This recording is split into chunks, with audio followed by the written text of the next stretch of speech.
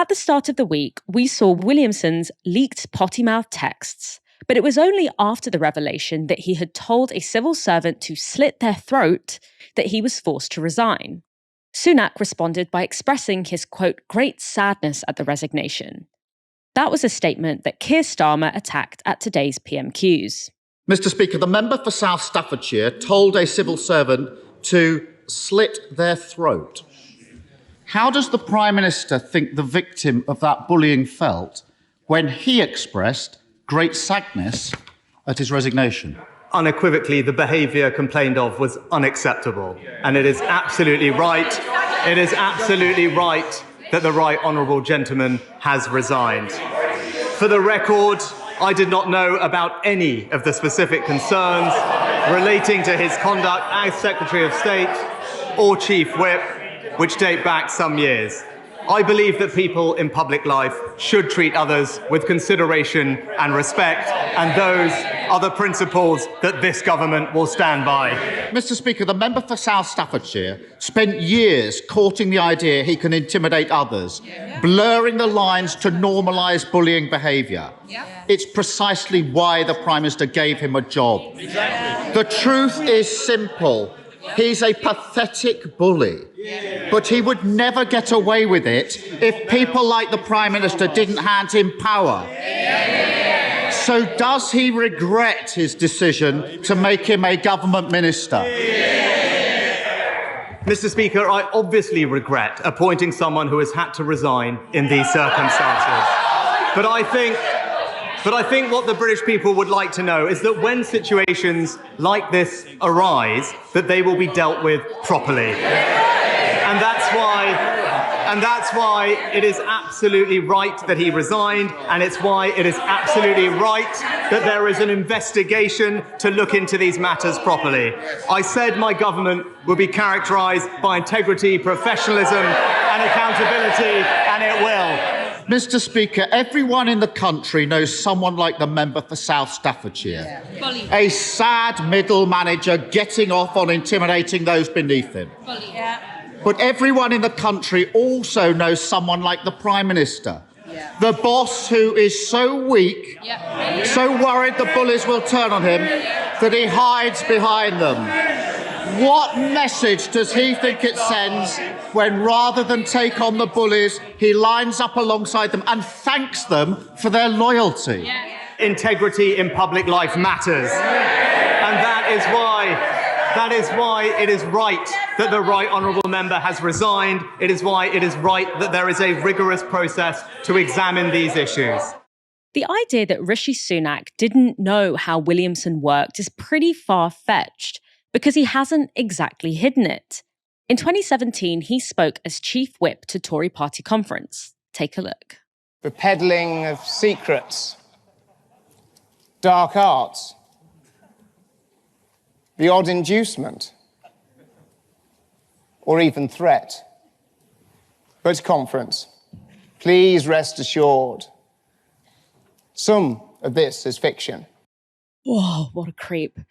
Michael, what do you make of this?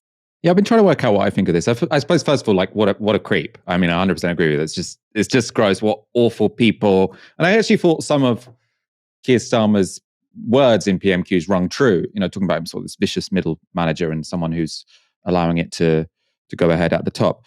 But I do find the whole debate just very disingenuous from all sides.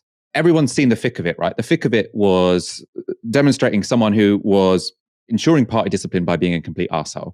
And it wasn't a secret that was based on Alistair Campbell. Now, all of the people in Keir Starmer's team, everyone he looks up to, is from that same New Labour coterie. So this idea of sort of, oh, I can't imagine that you could possibly have let someone get away with being an unpleasant bully in Parliament.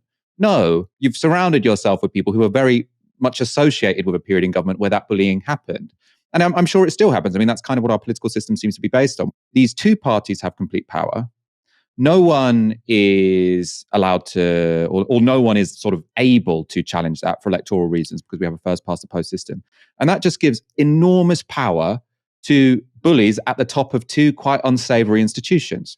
So yes, we've got these horrible stories of Gavin Williamson sounding just like a complete arsehole. Like he just sounds like a petty piece of shit. I mean, really. But then you look at the people around Keir Starmer, and how they're treating people who are, standing to be MPs, say. So you've got people, really good people, directors of NGOs fighting for racial justice who are getting blocked from shortlists, blocked from long lists. And then you have people around Keir Starmer who sort of gleefully brief the press, oh, the only people we're stopping being MPs are cranks and anti-Semites. That is the action of a bully, just as much as what Gavin Williamson has done is the action of a bully. I think Keir Starmer knows that. I think Rishi Sunak knows that, which is why I find this whole thing just gross. Everyone in the press knows this. Everyone's feigning surprise. Oh, I can't believe Gavin Williamson did this. This is what the whole system is based on. And the only way to sort of disempower these absolute wrong-uns at the top of the two parties is to take away their monopoly, which would be something like proportional representation, right? So we have a system where the parties are all about maintaining discipline. In Labour, that's especially at the moment by controlling selections, by saying anyone who might possibly disagree with the position of the leadership just can't be involved. They have to be excluded from politics. And while we're excluding these people, we're going to smear them, by the way, as cranks and anti-Semites. In the Tory party, it seems to be more about bullying people because of their sexual proclivities and sort of saying, I will blackmail you essentially so that you vote with us. Neither of these examples are healthy. This is not a good way to run a society. And you do think, of course, we've got loads of goddamn problems in this country. Of course, we can't solve anything because we're being run by these two gangs, essentially. What frustrates me is this being this Keir Starmer, oh, he's honourable. Oh, Rishi Sunak, he's not honourable. These MPs are nice. These MPs are bullies. It's stupid. But I do think it is still a relevant story because it tells us something about the rot at the heart of our political system.